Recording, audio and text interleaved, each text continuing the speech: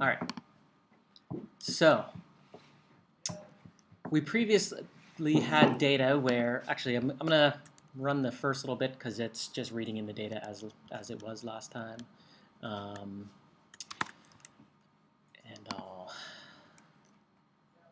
So the data situation is going to be the same as last time. You have a bunch of observations within each condition for a bunch of people. So there's A1 and A2. I added this fake sex column. And we've got a model that's going to be nearly identical, sort of line for line, as the original hierarchical mixed Gaussian model. Data's coming in the exact same. You give it the subject number, you give it the number of all the things, all the data, the within subjects contrast matrix and the between subject contrast matrix, and labels for each person. Transform. All of this is the same as before. The new thing is that instead of having a single observation, a single estimate of noise, we're going to have an estimate of noise for each subject. So we create a vector called noise that is n subjects items long. When we want a prior on that noise vector, we just can use the same syntax as we had when this noise parameter was a single object, a real, single value. So we just express it as Weeble. This sampling statement for how subjects' coefficients are distributed is the exact same as before.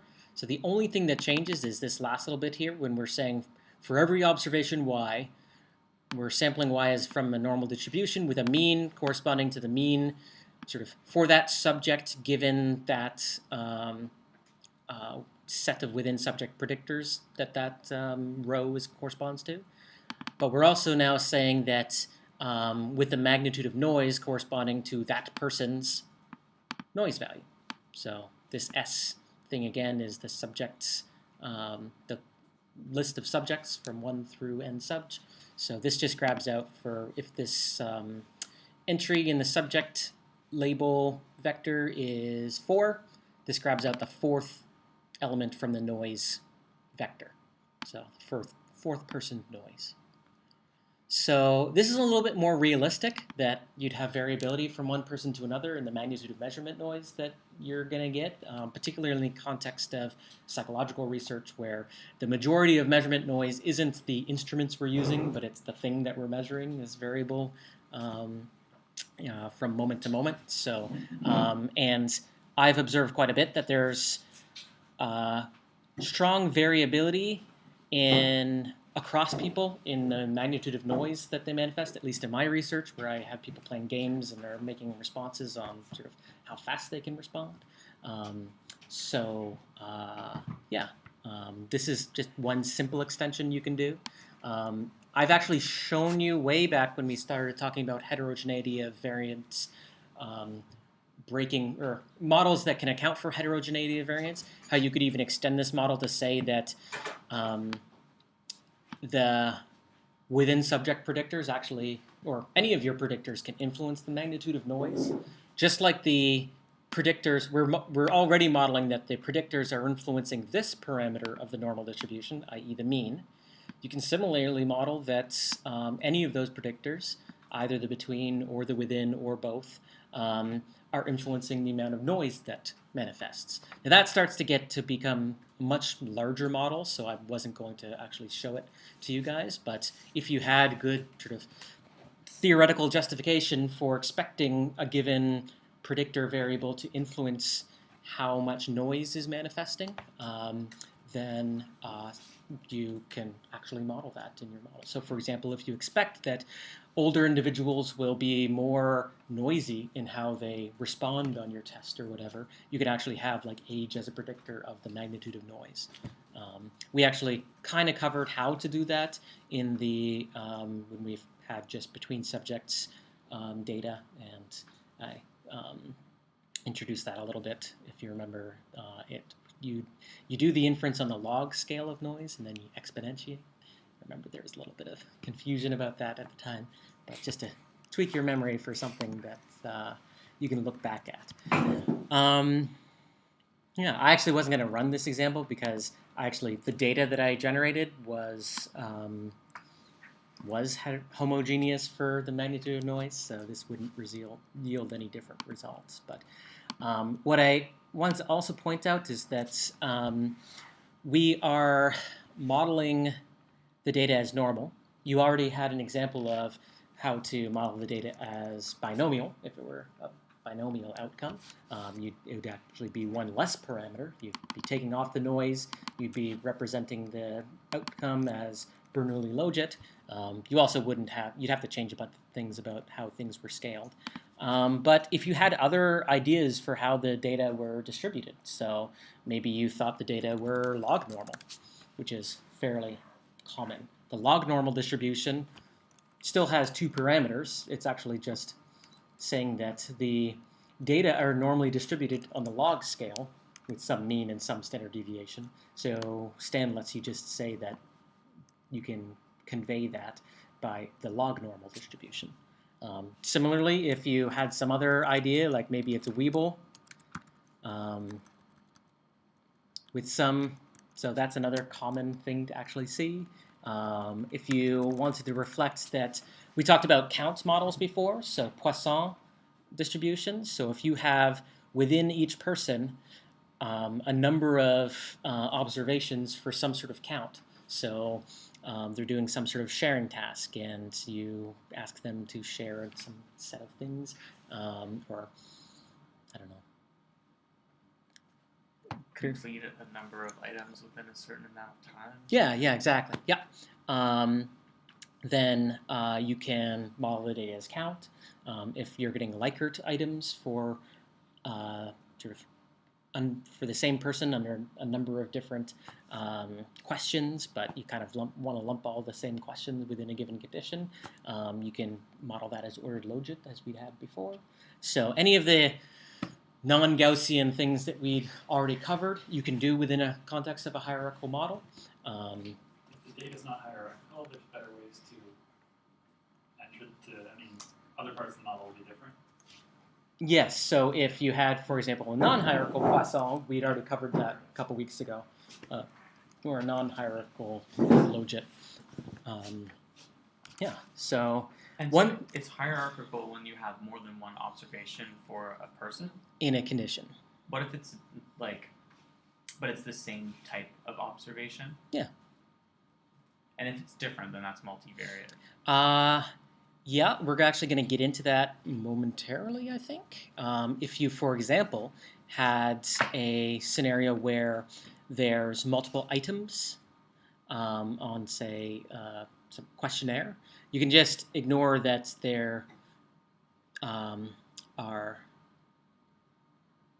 well, we'll get into that, and that is an example of a hierarchical, and yeah, well, actually, that's not one of the examples I had for today, but it's one that I intended to cover, so I'll put it next time.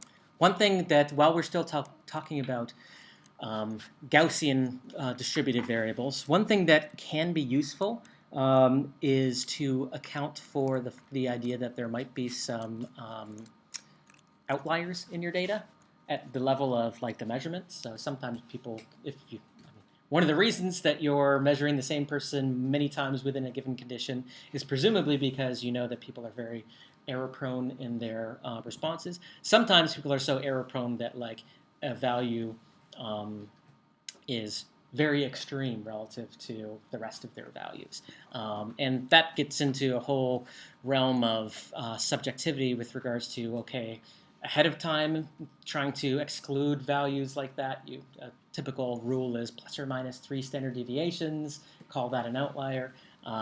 But one way to make your model more robust to amidst outliers without actually removing them and applying some sort of arbitrary rule for removing them is to actually model the data as heavy-tailed.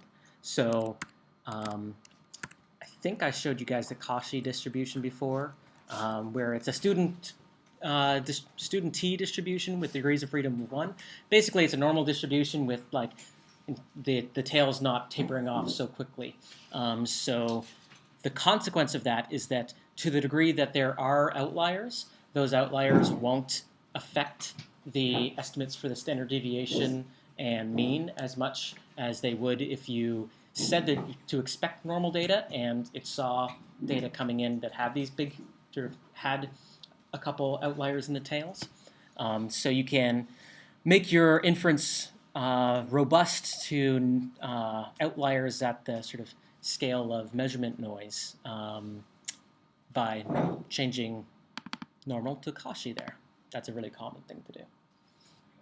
Speaking of like these transforms and stuff, sorry, this is like really rudimentary, but I have a lot of data that like looks like that. Oh yeah. So what's the best like? So that's a well, I remember your scenario, and you have That's more than just that one, but yeah. yeah. So on the x-axis there is like the number of shared items. Yeah, or like Yeah. donations. Yeah, Like that. so that's driven by the fact that you've got an ordered logit type scale where people can only. So you're In the first one I showed you, it was 0 to 10, but I have another one that's 0 to 1,000 of different experiment. That's the same, yeah. same pattern though. Yeah.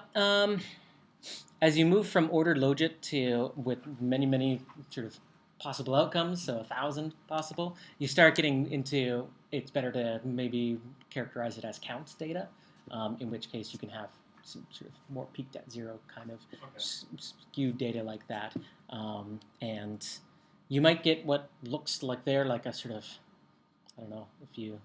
Sometimes there's like a bulge here, and other times it's like more general. So, Yeah, I mean, so you might have a mixture or like something like that. the yeah the if you think of like the smoothness, you might have non-smoothness just induced by the fact that one of your variables does influence the data. If you're showing what the overall data is Right. as that distribution, well, like if you imagine if you've got even a Gaussian outcome and there's an effect of, say, between groups, it's going to look bimodal Right. to the degree that there's a larger effect there. So it's about like what the residuals look like from the model. And so, that is probably count type data Yeah, once but you get. in terms of like the actual model that we use. Yep. Or isn't there a certain one for like a shape like that? You would Yep, go for? Poisson. Poisson. Yeah, we talked about it a couple weeks ago, 3 weeks ago now. Yeah. It looks like a poisson. It's very fish shaped. No. Yeah. What else did we have? HMGH. Oh, right. So I showed you before. I'm just going to close the HMGH because we won't actually run it through. I showed you that you can, with the mixed version of the code, if you didn't have a between subjects predictor, you could still use the mixed version of the code. It would be better to go back and use the hierarchical within code because that'll be slightly faster. But if you didn't want to keep lots of stand files hanging around, you could still use the mixed version of the code when you don't have a between subjects predictor. You just, for the between subjects model, you just say ~1. But the same is not the case if you had between subjects but didn't have any within subjects predictors. And I'll show you why in a second. So let me HBG, hierarchical between Gaussian. Just quickly Google something. Yeah. I don't know if this is helpful or not to anyone, but there's packages in R that can help you potentially describe the distribution of your data if you're having a hard time. I don't know if this is something you should just kind of. What kinds of distributions are out there and. Yeah, so it's fit dist plus. Yeah. That has a number of different distributions. Now that's going to do like maximum likelihood estimation, which is not what we do, but it might be a good place to look at different distributions and different shapes. Yeah. Is it not what we do because you're not like having a prior without it? You're like forcing it into something that it or am I misinterpreting? Not today. I keep for a day that we don't have enough to cover. I have a lecture on looking a little, peering into the black box a little bit, and that will explain like the distinction between maximum likelihood and Bayesian. But yeah, that's not what we're going to talk about today. So, what do you do when you have a hierarchical data set, lots of observation within each person, but no within subject manipulations? So it's not A1, A2 for the same person. You just have a bunch of observations for a given person, but lots of people, and maybe some between subjects manipulations.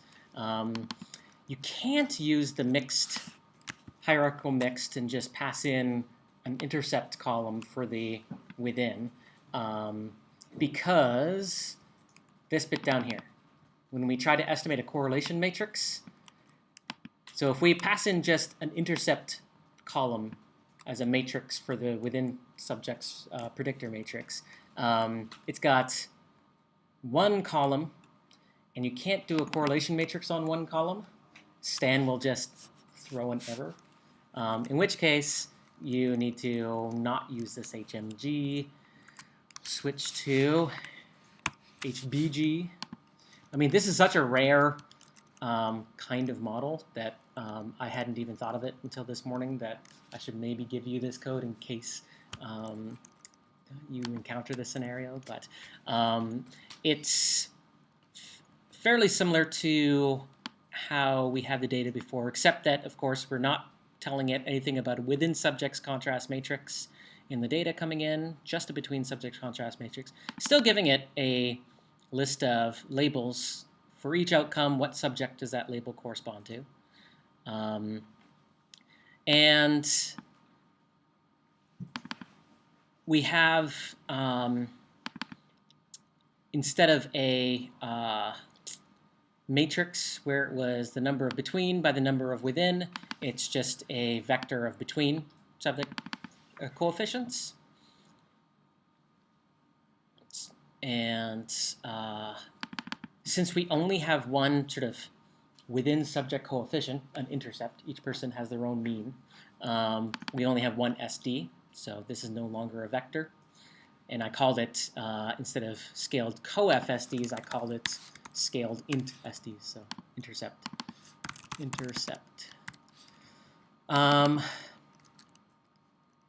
Each subject will get coefficients because they're part of a group, so they'll get their group coefficient for any of the group effects. Their first thing is going to be their intercept, which is going to vary from person to person. And here I've expressed the sort of model of noise where it doesn't vary from person or anything like that. You can obviously change that. When you express this model in terms of the subjects, we're no longer saying the subjects are multivariate normal. They're just normal. You get a everybody, or yeah, there's no, since there's only one like mean per person, there's only one observation per person for their mean. It's pushed around by what group they're in, but otherwise you don't have multiple observations. So it's not multivariate normal. There's no correlation structure at all. It's just normal with a mean as specified by what group they're in and whatever the coefficients there are for the effective groups, and across people distributed as having a variability specified by this scaled intercept SDs parameter. And finally, we just say given a given person's observation, get the mean corresponding to that person, and there's noise. So it's sort of actually simpler. If I were to do this again, I'd maybe introduce the hierarchical between first.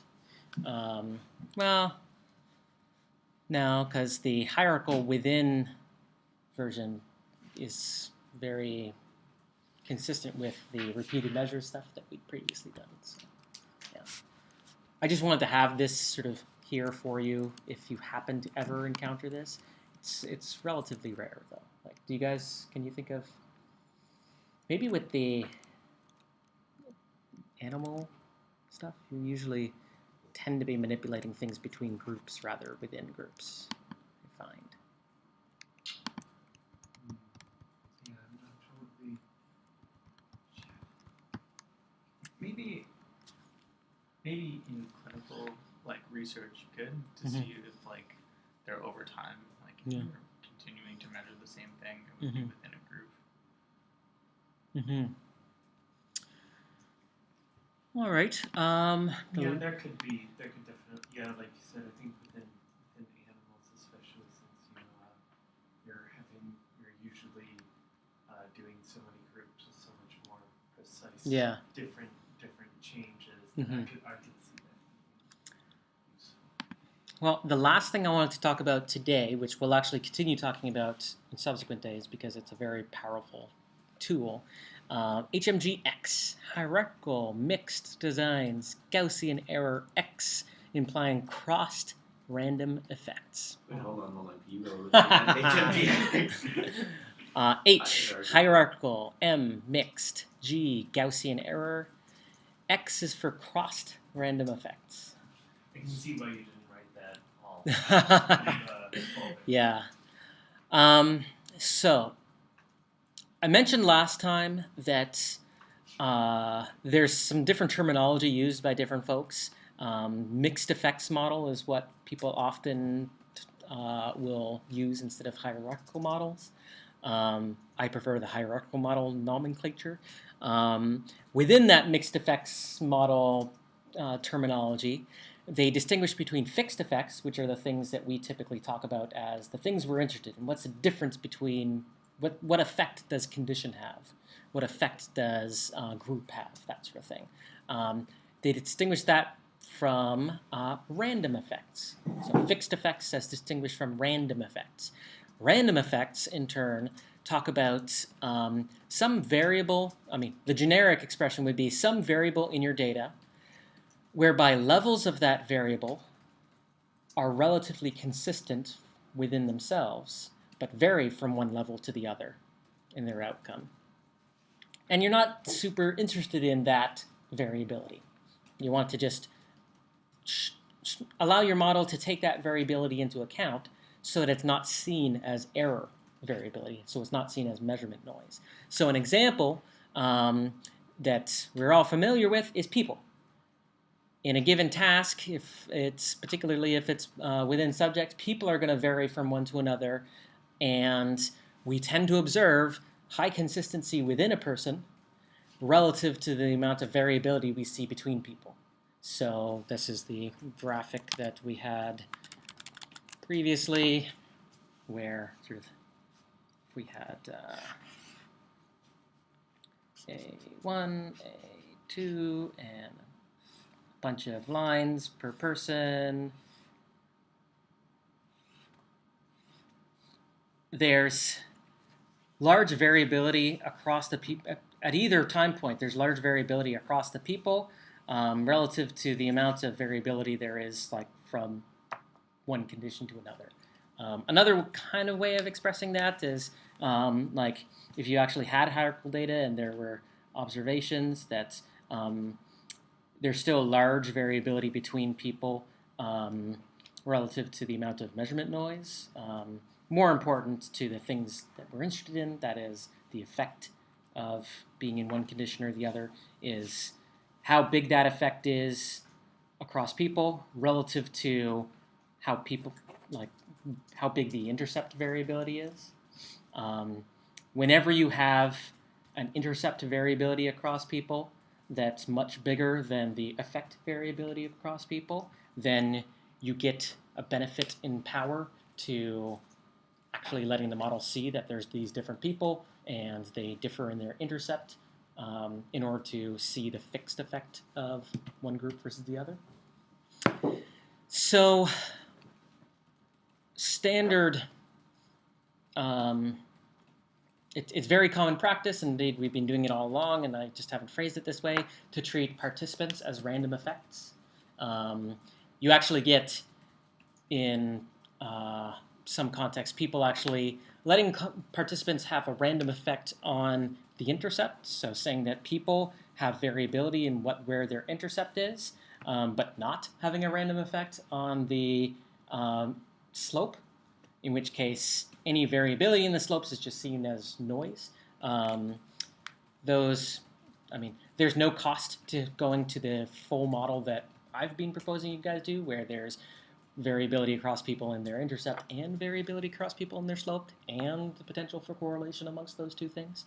You're going to get more accurate inferences to the degree that there is that variability and potential for correlation. But people aren't the only thing that could be treated as a random effect in our experiments, even when we have people in our experiments.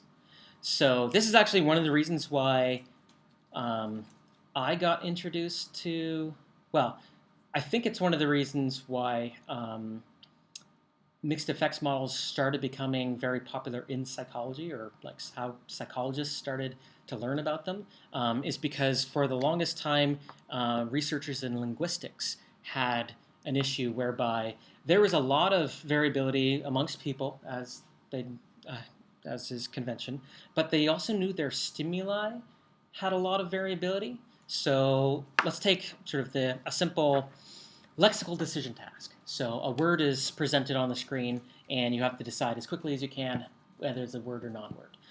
Well, there are a variety of properties of words that will influence, if it's a real word, how quickly you're able to determine that it's a real word. So word frequency is one thing. Concreteness, whether it's abstract or a concrete word.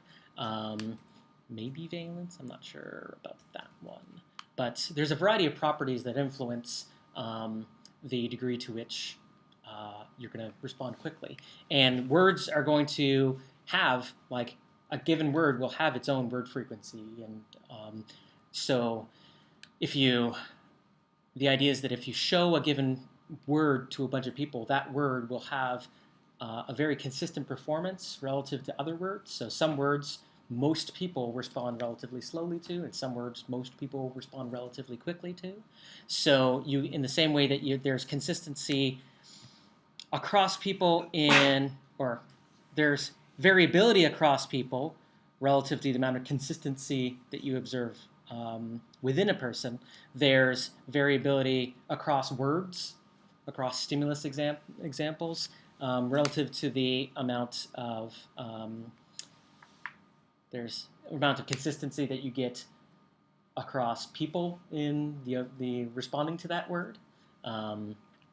So this is where the linguistics folks had been battling with a whole bunch of different ways of trying to solve this using like frequentist-like tests, because they do one ANOVA where it's the standard if there were, say, two different conditions, degraded stimuli versus non-degraded stimuli, and looking at the effect of word frequency on your ability to do this word judgment. So like a 2x2 analysis, and you still had to have within your word frequency groups a bunch of exemplars, and those exemplars may be relatively matched in word frequency. So the low word frequencies may all have relatively low, and all the highs may have high, but you still need to choose something. So people would try to match them on all the other linguistic properties as much as possible, but you can't control for everything, and there might be some residual variability amongst the words on things that you weren't measuring, or properties that you didn't know influence the data. So in which case, they would often do one ANOVA where they would treat participants as like the repeated measures thing and do a standard repeated measures, and then they'd rerun the ANOVA and treat words as the repeated measured thing, in which case they then get out two F values and they try to combine them in weird ways to actually estimate out the true effect of condition regardless of these two sources of variability, person and word. So that was a lot of, it certainly wasn't a very elegant approach. And when mixed effects models came, they became very quickly dominant in the linguistic literature for the reason that it's much easier to express a model that simply says that there's variability associated with person, and there's variability associated with word, and these just combine together to talk about the a mean for a given person, a given word, and a given condition. So, HMGX gives a little demonstration of this idea. So it's called X-crossed random effects because typically each person gets measured at each level of the words, and each word gets measured at each person, so they're completely crossed. You can actually have non-crossed, and the same model will work just fine. Let's open up the project.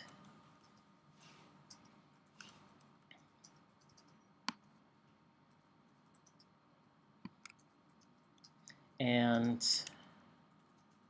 I'm going to continue this to our next day as well. So I'm just going to go through it at a fairly high level. Oops. No, I'm going to open up that from this window. In terms of what the data, or what the stand model looks like. And then we'll actually work through a few examples with data sets. So the data coming in is very similar as before, with the exception of this first little bit and this last little bit. So we have the number of subjects, number of outcomes, number of within subject predictors, number of between subject predictors, the outcomes, the within subject predictors, between subject predictors, and subject labels. But we also have the number of words. So I should say number of words. And then what word goes with what outcome, with each outcome. We're still scaling the data, and we're still going to have a sort of homogeneous measurement noise model, so there's only one estimate for measurement noise across people and conditions. The expression of the fact that people vary from one to another is going to be the same, and so that includes the idea that people are going to vary in the magnitude in which they have an effect manifesting across conditions. For this simple model that we're going to deal with, we're not going to have the different conditions of the experiment affect a given word's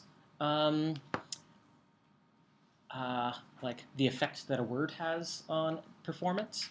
So the equivalent of that is just saying that words have a random effect on the intercept, i.e. words vary from one to another in just the overall way in which they affect the outcome, but that overall effect in which they affect the outcome isn't influenced by the conditions. So the given word will have the same effect across the conditions of the experiment. We'll elaborate to more involved scenarios. This is maybe one of the, because often it's the case that a given word is only presented in like one condition. So if it's a high frequency word, it won't be also in the low frequency word condition. So you can think of the same way that we have between subjects manipulations and within subjects manipulations, you can have between word manipulations and within word manipulations. So if the same word were presented, though, in two conditions of like stimulus degradation, that would be a within word manipulation. So we'll get to more complicated models where we have within word effects. Here, this is just a between word effect, and we model, and it's actually only an intercept model. So each word has its own sort of overall rate at which it pushes performance one way or the other. And we're just going to let that. We're not actually interested in that as like a thing that will help us drive our theory, but by telling it that, okay, here's the different words, and the words have this variability from one to another, it allows the model to absorb what it otherwise would have seen as simply measurement error, and will therefore be more accurate in our inferences. So the model structure is the exact same all the way through, creating the subject coefficients. A new little bit is expressing that, okay, we've got variability in the amongst the words. And so there's variability amongst the words, so that's what the word SD is. And this scaled word devs is just word deviations. So it's for each word, what is the amount by which it causes deviation of the outcome. For each word, there's one of those, and we'll express that as just a normal distribution. You'd want to maybe look at the histogram of, I guess, outcomes aggregated, so it's mean per word, just to double check that like it's a normal distribution looking. Maybe it's log normal or something like that. But we'll have it as normal for now. So with this expression for what the that there's a distribution of deviations across words, we can then express that the y outcome is exactly as before. It was a normal with some amount of measurement noise plus the subject's mean for the given condition that that outcome comes from, plus this extra little bit now. It's whatever the current word is for this outcome, so word I, we get the deviation associated with that word. We add that deviation in. So if it's a word that has a that causes performance to be larger than average, whatever this is, say y is the speed. So if it causes, or the latency, so reaction time. If it causes slower reaction times, this will be a positive value.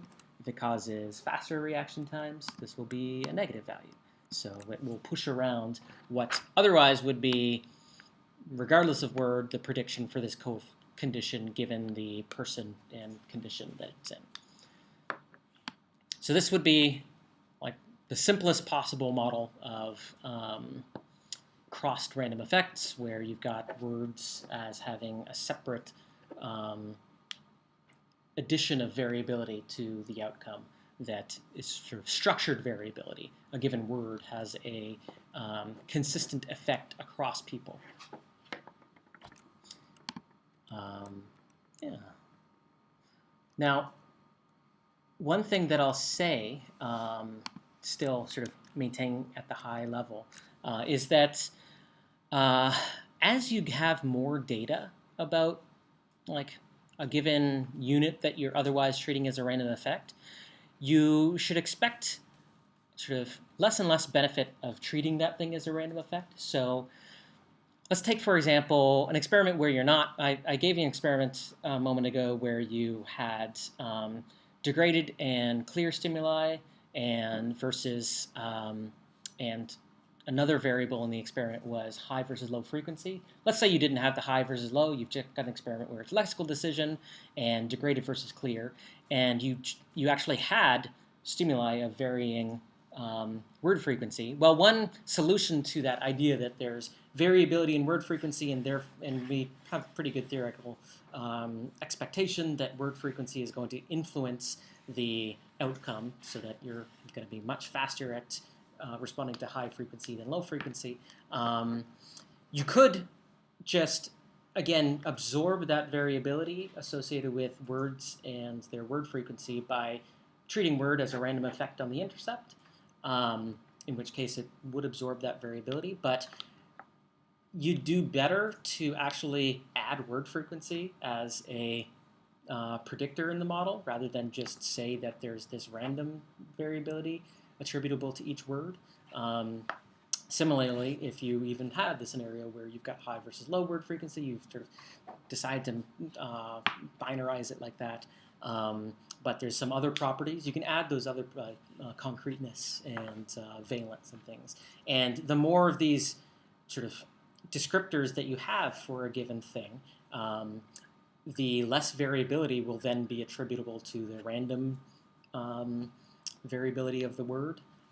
So the sort of inverse of that realization is realizing that that treating something as having a random effect on things is like saying there's noise associated with this that I'm just going to leave as sort of labeled but unmeasured, or I don't know.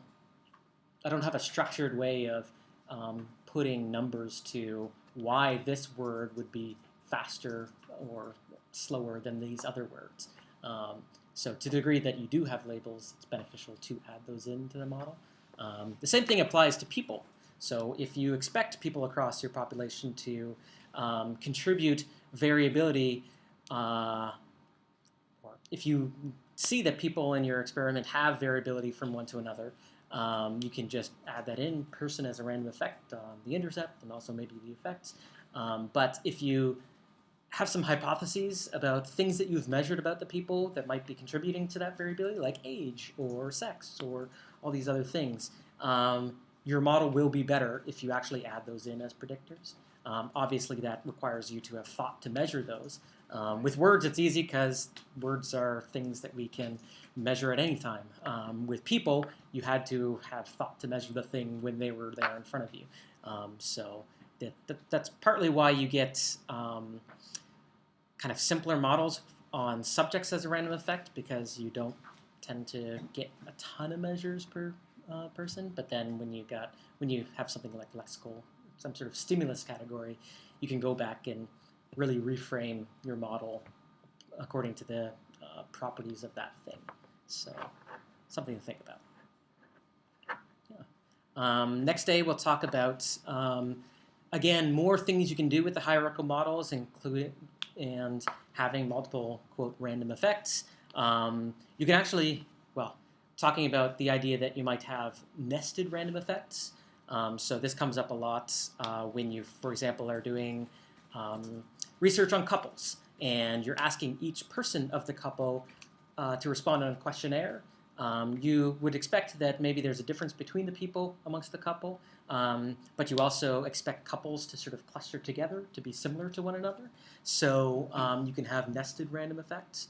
Another sort of scenario would be students within schools and schools within different sort of districts. So you'd expect students to be responding on some sort of measure relatively consistent within a school, and then you'd expect sort of districts to be relatively consistent. So you can have hierarchies of how you're representing the data as having consistency at different levels from one sort of labeled group to another. So we'll get into those next class. But you had one too.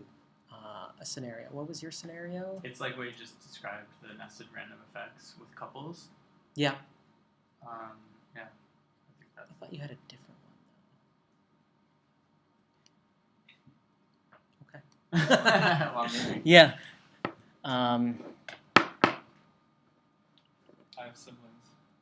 Yeah. Usually scans. Yep. So siblings, for example, they would be something where you'd want to be able to sort of label siblings as a sort of a unit of random effect, and then you can talk about like those two differing from one another by some sort of random amount. That's yeah. All right. Shut her down.